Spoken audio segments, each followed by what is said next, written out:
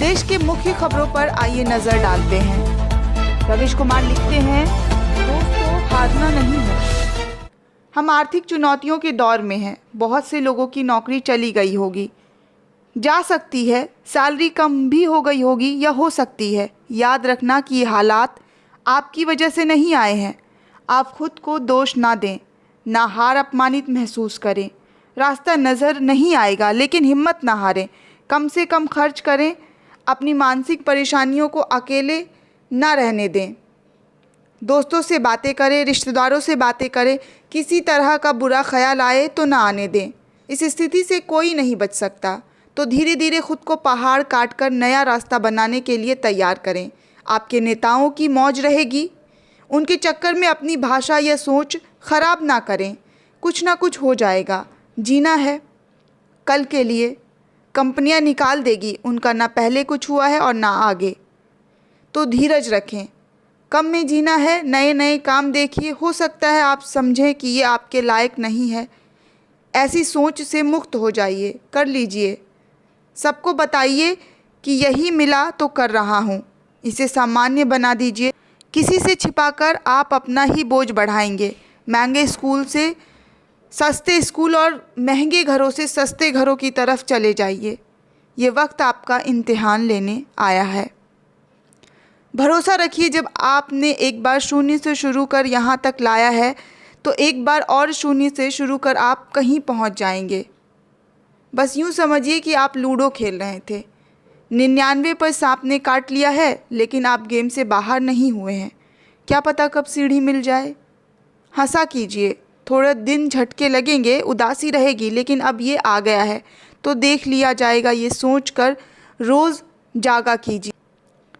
ये इसलिए लिख रहा हूँ क्योंकि जिनकी नौकरी जा रही है वो उदास हो जा रहे हैं। बीच बीच में जीवन समाप्त की बातें लिख देते हैं। ऐसा करने से क्या फ़ायदा। मीडिया में ही नौकरी जा रही है तो मीडिया में छपकर नौकरी नहीं मिलेगी। जिस कंपनी ने निकाला है पहली बार नहीं निकाला होगा। उसे पता है किसी को फ़र्क नहीं पड़ता है। इसलिए मन को मजबूत रखें और मन से बातें करें। आगे रविश कुमार लिखते हैं, कोरोना के मामले में 3 राज्यों को अकेले टक्कर दे रहा है अहमदाबाद। अहमदाबाद देश भर में सबसे अधिक मृत्यु दर। अहमदाबाद में कोविड-19 के मरीजों की संख्या 2167 हो गई है। 55 लाख की आबादी वाला ये शहर कोरोना संक्रमण के मामले में राजस्थान, मध्य प्रदेश और दिल्ली को टक्कर दे रहा है। दिल्ली में कोविड-19 के मरीजों की संख्या 2918 है। राजस्थान में 2185 और मध्य प्रदेश में 2168। गुजरात भर में कोविड-19 के संक्रमित मरीजों की संख्या 3301 है। यही नहीं, अहमदाबाद में कोविड-19 से मरने वालों की दर राष्ट्रीय औसत और कई बड़े शहरों की औसत से अधिक है। ये मृत्यु दर 4.71% है। दिल्ली में 2919 मरीजों पर 50 लोगों की मौत हुई थी। मुंबई में 5407 मरीजों पर 205 मरीजों की मौत हुई थी। तो अहमदाबाद में मृत्यु दर मुंबई और दिल्ली से भी अधिक है। भारत में कोविड-19 के मरीजों की संख्या 28,380 हो चुकी है। पिछले 24 घंटे के अंदर 1463 नए, जिनमें से 6,362 ठीक हो गए हैं। 886 लोगों की पिछले 24 घंटे में अब तक सबसे अधिक मौतें 60 मौत हुई है। गुजरात एक दिन में 3000 के आसपास ही सैंपल टेस्ट कर रहा है। तालाबंदी के 1 महीने बीते जाने के बाद ये बेहद दुखद है। अहमदाबाद मिरर की एक रिपोर्ट में गुजरात में 23 मार्च से 26 अप्रैल के बीच हुए 133 मौतों का अध्ययन किया गया है। इनमें से आधे मृतक 60 साल से अधिक के थे। ज़्यादातर को हाइपरटेंशन और डायबिटीज़ की बीमारी थी। 55 मृतकों को हाइपरटेंशन की बीमारी थी और 49 को डायबिटीज़। कई मामलों में दोनों ही बीमार थे। गुजरात भर में 40 से 60 साल के कोविड-19 से मरने वालों की संख्या 54 है। 71 मृतक 60 साल से अधिक के हैं। कायदे से इस वक्त सबकी नज़र अहमदाबाद पर होनी चाहिए। अब रिपोर्ट में बहुत सारी जानकारी नहीं मिलती है, जैसे अहमदाबाद में इतना संक्रमण कैसे फैला, जिन्हें संक्रमण हुआ है उनका इतिहास क्या है, किस तरह के मोहल्ले में फैल रहा है, किस तरह के आर्थिक तबके में मेल रहा है, वगैरह वगैरह। ये सारी जानकारी अंग्रेज़ी अखबार अहमदाबाद मिरर से ली है। आगे फिर से रवीश कुमार लिखते हैं, मदद के नए रास्ते बनाने होंगे, ये विचार अच्छा है। घर से निकले तो कुछ अतिरिक्त लेकर निकले, किसी को भूख लगी हो तो बांट लें। अभी ऐसे ही मिलजुल कर लंबा सफ़र तय करना है। आशुतोष के इस कदम के बाद कई कदम और उठेंगे। थोड़ी तकलीफ़ तो होगी, लेकिन थोड़ा थोड़ा बांट लेंगे। आवेश तिवारी ने आगे लिखा है, गड़बड़ चाइनीज़ किट से लाखों लोगों की जांच कराकर कहा गया रिजल्ट गड़बड़ है, लेकिन जिन पॉजिटिव रोगियों की रिपोर्ट नेगेटिव आई है उनका क्या होगा? क्या उन लोगों ने संक्रमण को और नहीं बढ़ाया होगा? आईसीएमआर की मनाही के बावजूद छत्तीसगढ़ में एक दिन में पहले तक चाइनीज़ किट से जांच की जाती रही। अब सरकार बताए कि जिनकी जांच हुई है वो खुद पॉजिटिव माने या ना माने। वहीं गिरीश मालविया ने भी लिखा है, एक और भविष्यवाणी कर रहा हूँ, कोरोना का वैक्सीन अक्टूबर-नवंबर 2021 तक आएगा। उससे पहले कोरोना का प्रकोप पूरे विश्व में कम ज़्यादा होकर चलता रहेगा। वैक्सीन लाने वाले होंगे बिल गेट्स और उस वैक्सीन के निर्माण में भारत की सबसे महत्वपूर्ण भूमिका होगी। उसके परीक्षण भारत में ही किए जाएंगे, संभवतः बिहार में। बिल गेट्स ने कल जो इकोनॉमिस्ट आर्टिकल लिखा है उसे ठीक से पढ़ा जाना चाहिए। उनमें भविष्य की बेहद महत्वपूर्ण प्रस्तावनाएं छपी हुई है। वो इस लेख में कहते हैं, जब इतिहासकार कोविड-19 महामारी पर किताब लिखेंगे तो जो हम अब तक जीते रहे हैं वो 1/3 के आसपास ही होगा। कहानी का बड़ा हिस्सा उस पर होगा जो आगे होना है। अभी इस बीमारी की 2/3 हिस्सा बचा हुआ है। अधिकतर जनता को कोरोना वैक्सीन लगाए बिना जिंदगी सामान्य ढर्रे पर नहीं लौटेगी। दूसरे विश्व युद्ध के बाद संयुक्त राष्ट्र जैसे संगठन बनाए गए, हमें अब वैसे ही संगठन बनाने होंगे। इस लेख में पहले ही वो संकेत दे चुके हैं कि कोरोना वायरस इस ग्रह से जाने के लिए नहीं आया है।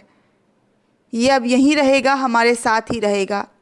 बिल गेट्स ने ही एक मेडिकल पत्रिका में अपने लेख में लिखा है, एसिम्प्टोमेटिक ट्रांसमिशन की हकीकत का अर्थ है कि दुनिया में फैलाव रोक सकना वैसा संभव नहीं है जैसा पिछले वायरस या कि मतलब सार्स आदि को रोका जा सका था, क्योंकि पिछले वायरस में तो सिम्प्टोमेटिक लक्षणात्मक रोगीकारी लोगों से ट्रांसमीटर हुए थे। बिल गेट्स एक विशुद्ध पूंजीकरण व्यक्ति हैं। जहां दुनिया के तमाम राजनेता अवसर में कठिनाई देख रहे हैं, वहीं अकेले बिल गेट्स कठिनाई में अवसर देख रहे हैं, क्योंकि वो पहले से प्रिपेयर हैं।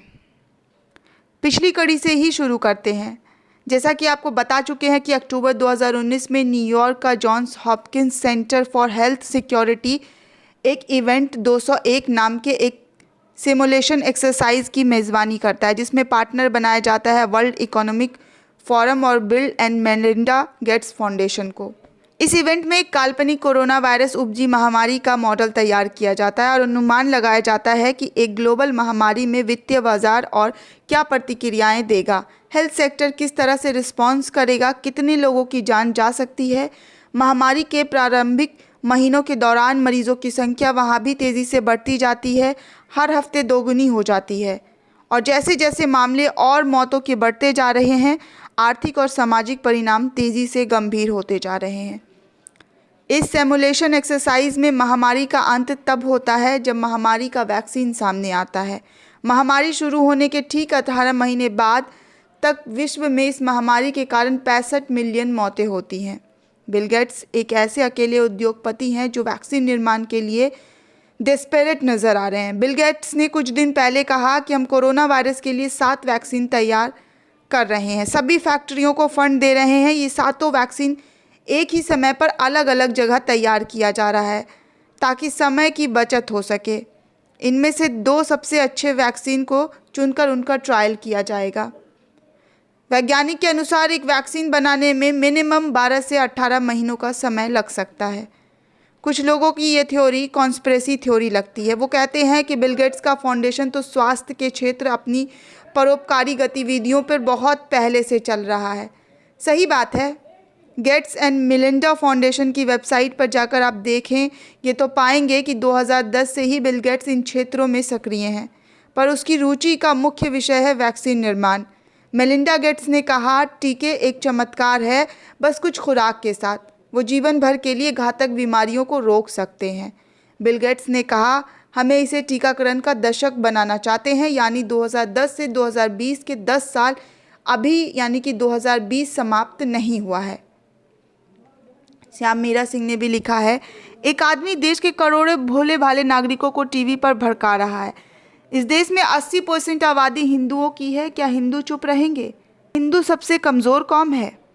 ये किसी पत्रकार की भाषा नहीं हो सकती है, ये दंगाई की भाषा है, और एक दंगाई के साथ 12 घंटों की बातचीत नहीं बल्कि 12 महीनों की कड़ी सज़ा होनी चाहिए। इंडियन कॉन्स्टिट्यूशन के आर्टिकल 19 के कॉज नंबर 2 के अनुसार फ्रीडम ऑफ स्पीच पर स्टेट रीजनेबल रिस्ट्रिक्शन लगा सकता है। इस दंगाई की भाषा राष्ट्र की एकता, अखंडता और भाईचारों को तोड़ती है। किसी भी व्यक्ति को इस देश की एकता, अखंडता को तोड़ने का अधिकार नहीं है, वो चाहे पत्रकार हो, वकील हो, छात्र हो, प्रधानमंत्री हो, चाहे वो राष्ट्रपति हो। आगे शीतल पी सिंह ने लिखा है, आओ शोर मचाएं। योगी जी के बुलंदशहर में 2 साधुओं को काट डाला गया, हमलावर गिरफ्तार हो गया है। सूर्यकांत पाठक की रिपोर्ट है। बुलंदशहर 2 साधुओं को काट डाला। मंदिर में 2 साधुओं का निर्मम हत्या आरोपी ने धारदार हथियार से हत्या की और लोगों ने आरोपी को पकड़कर पुलिस को सौंप दिया। मंदिर परिसर में सो रहे थे दोनों साधु। सूचना पर पुलिस फोर्स मौके पर पहुंची। पुलिस ने दोनों शवों को पीएम के लिए भेजा। अनूप शहर के पगौना गांव की ये घटना है। देखते हैं कौन कौन सा चैनल किस किस राजनेता से यूपी की कानून व्यवस्था पर जवाब कितनी बार किस किस तरह से क्या क्या मांगता है और कितने संघी सोशल मीडिया प्रचारक चूड़ियां तोड़ते हैं। वहीं विक्रम सिंह चौहान ने भी आगे लिखा है, अर्नव के लिए गोदी मीडिया आंसू बहा रहा है। 12 घंटों की पूछताछ में अर्नव और गोदी मीडिया को नानी याद आ गई। लेकिन क्या वो कश्मीर के उन पत्रकारों का दर्द समझ पाएंगे जिनके ऊपर यूएपीए के तमाम तहत मामले दर्ज किए गए हैं, जिन्हें इस कानून के तहत आतंकवादी घोषित किया जा सकता है, 7 साल तक जेल में रखा जा सकता है और जिसकी जमानत अर्जी भी दाखिल नहीं हो सकती है,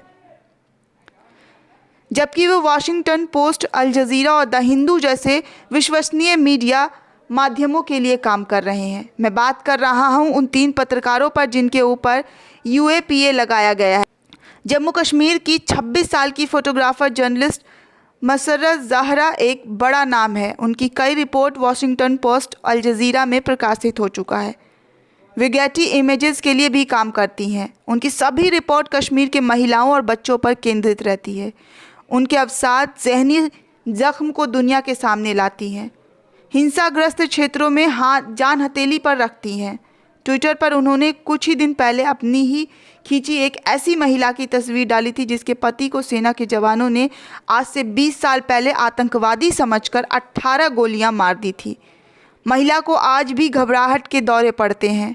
उनकी एक और रिपोर्ट पहले आई थी जिसमें पुलवामा केमिस्ट की दुकान 10 साल तक की बच्चियां अवसाद की मेडिसिन लेने जाती थीं, जिनके पिता क्रॉस फायर या फ्लैट गन के अटैक में मारे जाते थे।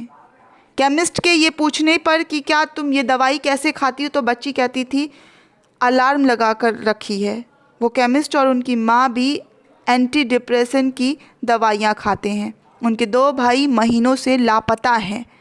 द हिंदू अखबार के श्रीनगर संवाददाता परिजादा आशिक के खिलाफ भी यूएपीए लगाया गया। परिजादा को लेकर पुलिस का दावा है कि उन्हें 19 अप्रैल को सूचना मिली कि शोपिया एनकाउंटर और उसके बाद के घटनाक्रमों पर परिजादा आशिक नाम के पत्रकार ने द हिंदू अखबार में फेक न्यूज़ प्रकाशित किया जा रहा था। एफआईआर में पुलिस ने दावा किया कि न्यूज़ में दी गई जानकारी तथ्यात्मक रूप से गलत है। इस खबर से लोगों के मन में डर बैठ सकता है। ये भी कहा गया है कि खबर में पत्रकार ने जिला के अधिकारियों से इसकी पुष्टि नहीं कराई।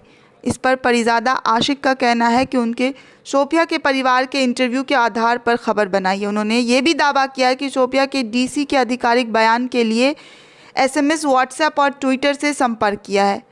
उन्होंने हैरानी जताई कि उस खबर को फेक न्यूज़ करार दिया जा रहा है। यही नहीं, आशिक कहते हैं इस एफआईआर में ना तो इनका और ना ही इनके अखबार का कोई जिक्र है। परिजादा कहते हैं आज सरकार चाहती है कि कश्मीर में वही छपे जो वो चाहती है। अगर आप ग्राउंड रिपोर्ट या परिवार से बात करके कोई स्टोरी करेंगे तो फिर आप पर मामला दर्ज कर लिया जाएगा। जाने माने पत्रकार, लेखक और टीवी बहसों में दिखने वाले गौहर गिलानी के खिलाफ भी यूएपीए कानून के तहत कार्रवाई की गई है। पुलिस हेडआउट में कहा गया है कि उनके खिलाफ सोशल मीडिया पर एक पोस्ट लिखने पर मामला दर्ज किया गया है जो भड़काऊ और शांति व्यवस्था के लिए खतरा थे। आरोप ये भी लगाया गया है कि उनकी सोशल मीडिया पोस्टें राष्ट्रीय एकता, अखंडता और भारत की सुरक्षा के लिए पूर्वाग्रह से प्रेरित है। पुलिस का कहना है कि गिलानी की गैर कानूनी गतिविधियों और कश्मीर में आतंकवाद का महिमा मंडन करने की वजह से प्रदेश की सुरक्षा के लिए खतरा पैदा हो सकता है।